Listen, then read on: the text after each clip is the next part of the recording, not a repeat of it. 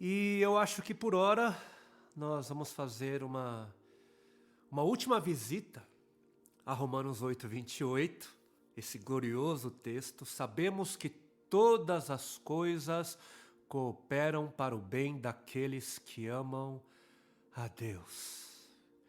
Que o Senhor abençoe os nossos corações mais uma vez para a glória de Cristo Jesus. Amém. Amém.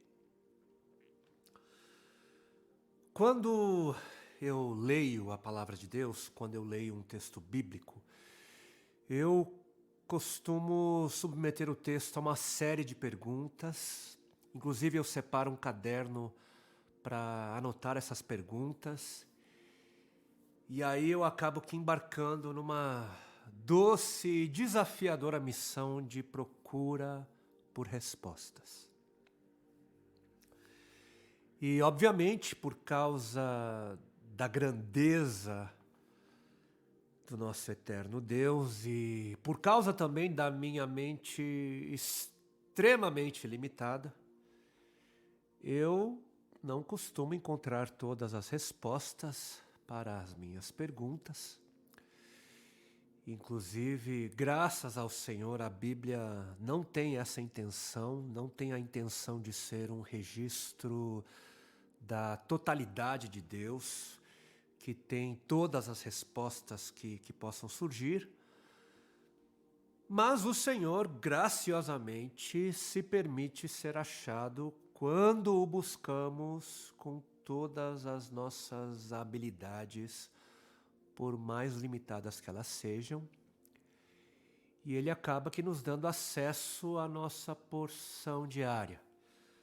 Ou seja, Ele acaba que nos dando acesso a tudo aquilo que é necessário, tudo aquilo que é o bastante, é o suficiente.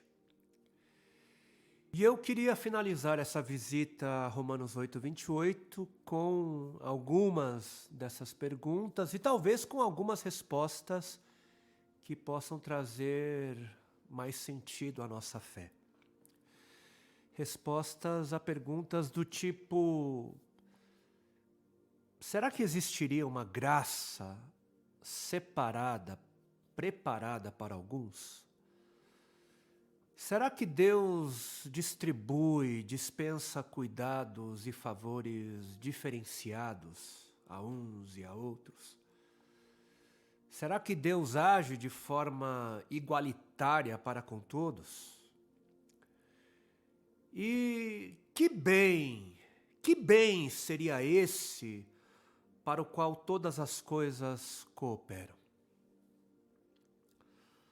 Na nossa última devocional, nós falamos da importância do contexto, ou seja, desse ambiente maior que vai nos trazer mais clareza sobre o que é dito em um texto. E eu acrescentaria algo ao que foi dito hoje, dizendo que o contexto maior, o ambiente maior, é sempre Cristo Jesus. Eu acredito que quando a gente coloca esse entendimento, quando a gente aborda o texto debaixo desse ambiente, dessa realidade maior, a gente já começa bem a leitura do texto bíblico, porque de Gênesis a Apocalipse, Jesus é o grande contexto. Ele é o grande clímax.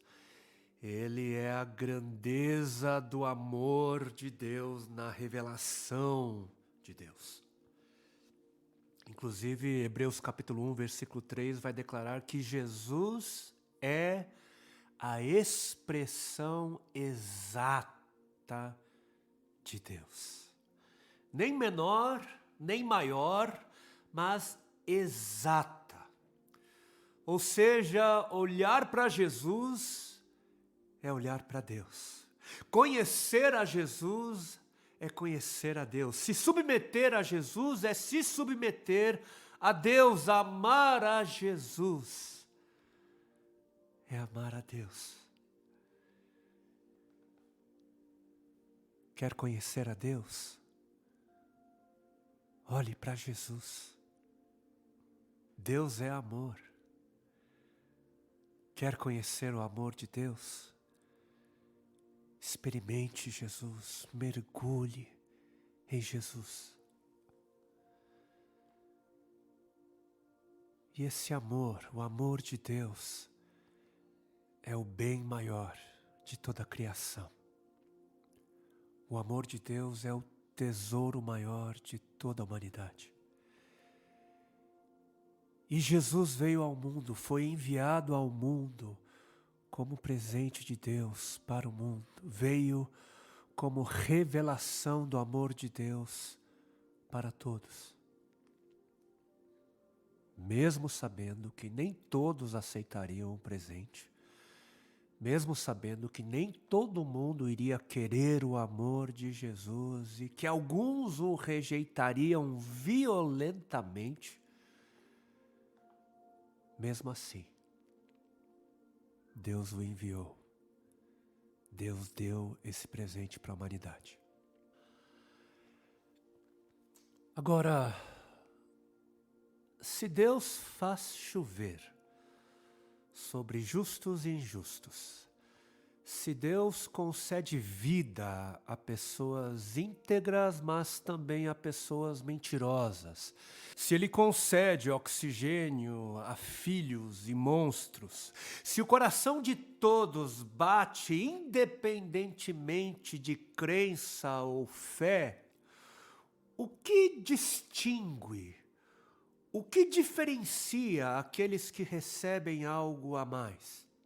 Se todos são criaturas de Deus, o que diferenciaria uns de outros? O amor de Deus? Não. Porque o amor de Deus é para todos. O que distingue, a diferença, é o amor a Deus.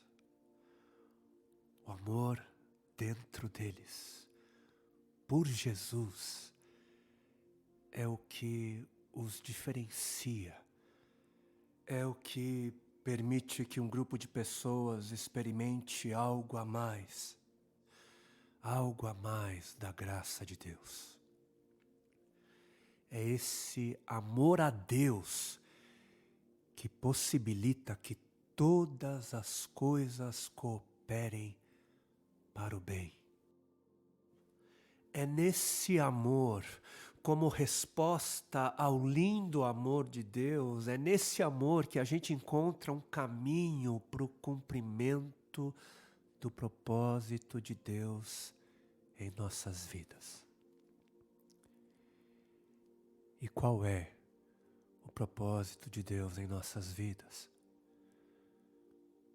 O próprio texto, o próprio contexto, Romanos 8:29 responde: pois aqueles que de antemão conheceu, ou seja, fazendo uso de sua onisciência, fazendo uso de sua presciência, Deus os conheceu, de antemão os conheceu e os predestinou para serem conformes à imagem de seu Filho. Qual é o propósito de Deus para as nossas vidas? Sermos como o seu Filho é. Sermos como Ele é. No princípio, quando o mundo que conhecemos foi criado, Ele nos criou de forma totalmente distinta de todos os outros seres criados. Nós, de forma muito diferente dos macacos, fomos criados para ser imagem e semelhança de Deus. Muito diferente. Só que aconteceu a queda da humanidade. A humanidade caiu e depois da queda, essa imagem, essa semelhança foi manchada. Mas Deus já havia elaborado um plano para a salvação dessa humanidade caída.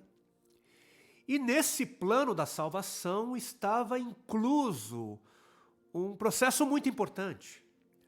Nesse plano da salvação estava incluso o processo através do qual a humanidade teria a sua essência resgatada, sendo levada a ser como Jesus. E é esse o bem. É esse o bem para o qual todas as coisas cooperam. O bem de Romanos 8:28, o bem de todas as coisas cooperam para o bem daqueles que amam a Deus, não é um carro melhor, não é um salário melhor, não é uma esposa ou um esposo melhor. O bem de Romanos 8:28 não é uma condição de vida terrena melhor, não. Isso pode até vir a acontecer, mas não podemos fazer o texto bíblico dizer o que ele não está dizendo. O bem para o qual todas as coisas cooperam é fazer de nós conforme a semelhança de Cristo Jesus. Esse é o bem, esse é o bem. Em nosso processo de santificação, Deus faz uso de todas as coisas para formar Cristo em nós. No processo da salvação, Deus faz com que todas as coisas cooperem para que sejamos mais como Jesus é. E só quem ama a Deus quer ser como Deus é. Só quem ama a Jesus deseja ser como Jesus. Só quem ama a Deus permanece o tempo suficiente para que o Espírito de Cristo complete a boa obra que já foi iniciada.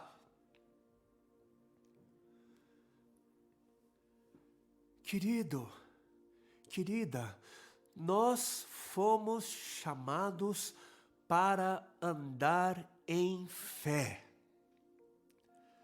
Fomos chamados para andar em fé.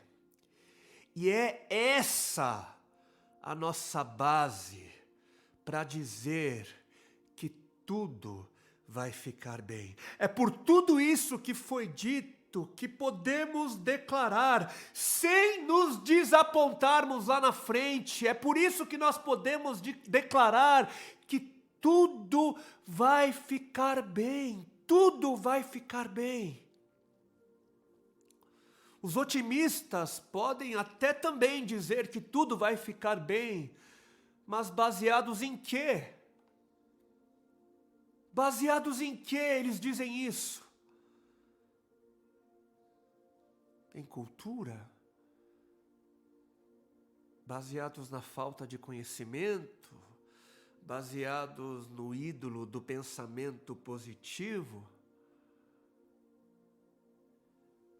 Mas o justo vive pela fé, e a fé vem pelo ouvir. A fé é fruto do entendimento da palavra de Cristo. A fé é nascida dos fatos. A fé é encontrada na razão. A fé é baseada no conhecimento e a fé se manifesta quando confiamos no caráter de Deus revelada na pessoa de Cristo Jesus por meio das Escrituras.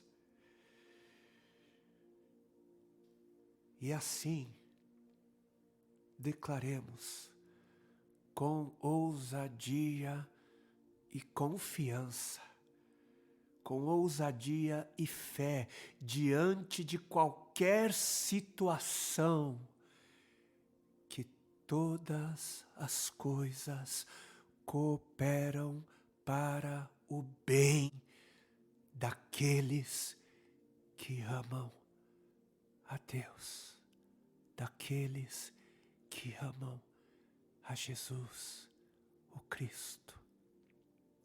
Te amamos, Senhor. Te amamos, Senhor Jesus. Deus abençoe a todos.